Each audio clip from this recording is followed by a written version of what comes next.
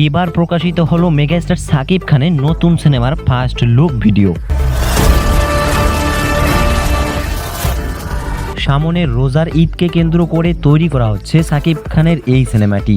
আসলে বস কাহিনীটা হলো সাকিব খানের এই লুকে সাকিব খানকে দেখার পর দর্শকদের মাঝে এমন একটা উত্তেজনা তৈরি হয়েছে, যেটা আসলে সিনেমা দেখার পর ওই উত্তেজনা কমবে বলে ধারণা দেয় দর্শক।